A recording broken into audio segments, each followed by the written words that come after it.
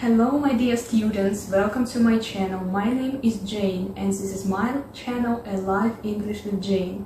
In this lesson you are going to learn a lot of useful expressions which are related to the topic illness, sickness and so on.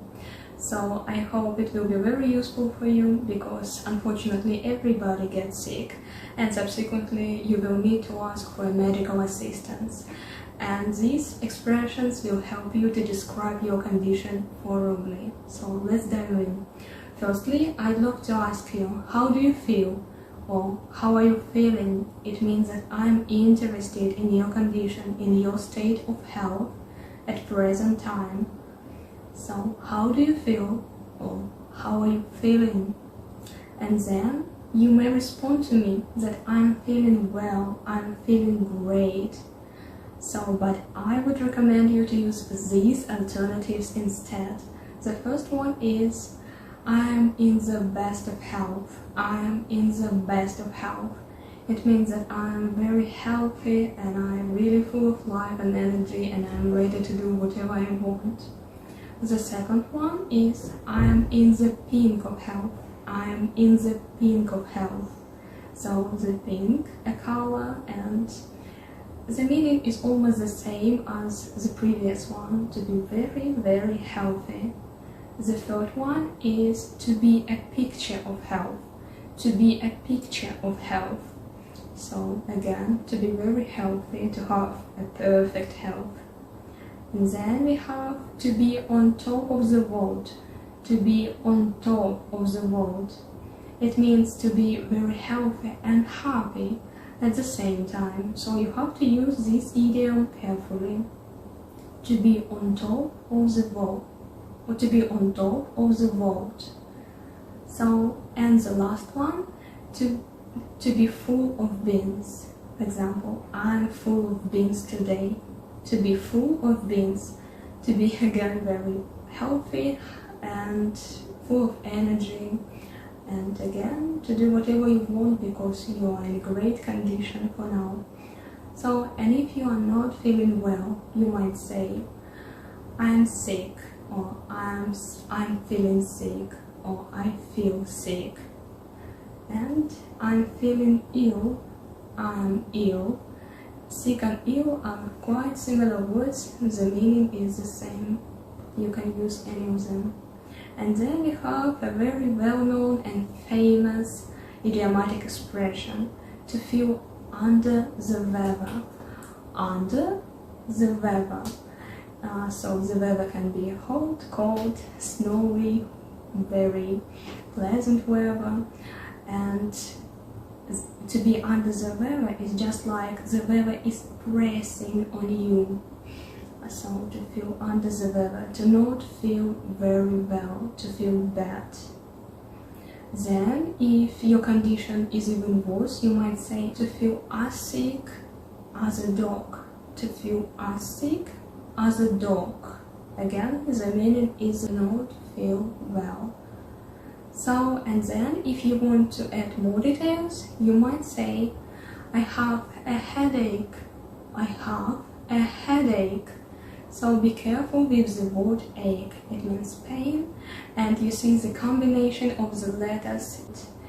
So usually this combination gives us the sound ch, but that is not the case now. You see, in this word you have to pronounce it like ache, ache. So, and you might have a headache, a stomach ache, a back ache, and earache. So you have pain in the back, pain in the ear, pain in the head. Then there is a very useful verb, to hurt. You can apply it to any part of your body. For example, you might say, my head hurts, or my head is hurting. You can use any of these tenses, so present tense or present continuous tense. They both are correct. So, my hand hurts, my stomach hurts, my leg hurts, and so on. You got the idea. Then we have a sore throat. sore throat. It means that you have the pain in your throat and it's very hard for you to swallow almost anything. At this time you have a sore throat, sore throat. And then perhaps you might have a fever, a fever. To have a fever, it means to have the temperature above normal. So for example, the normal temperature of the person's body is 36.6, but you perhaps may have 38. And in this case, you have a fever, So then you might have a runny nose. It means that your nose is wet all the time and you have to use a tissue to wipe it. A very unpleasant condition. So to have a runny nose. And then we have the expression to catch a cold or to catch a chill. To catch a chill is less common, but still you might hear it and it's very good to be prepared for it. To catch a cold or to catch a chill. So then you've caught a cold, you might have a runny nose, a sore throat and even a fever.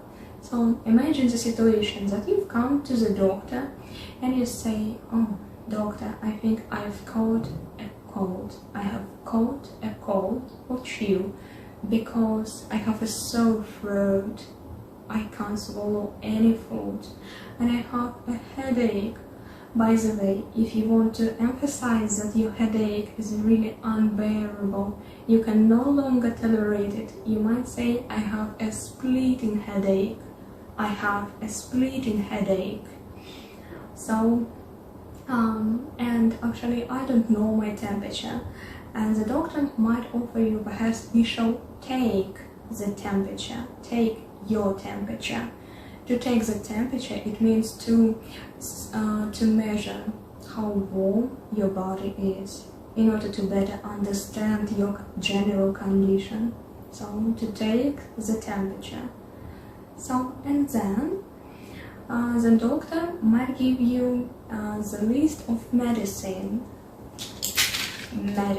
that you will have to take. Also, the medicine can be called as drugs and pills. So don't be confused. The meaning is the same. Drugs, pills and medicine. And the doctor will give you a piece of paper with the list of medicine that you have to take, to swallow. So take the medicine, it means to swallow the pills in order to get better, to get well, to recover.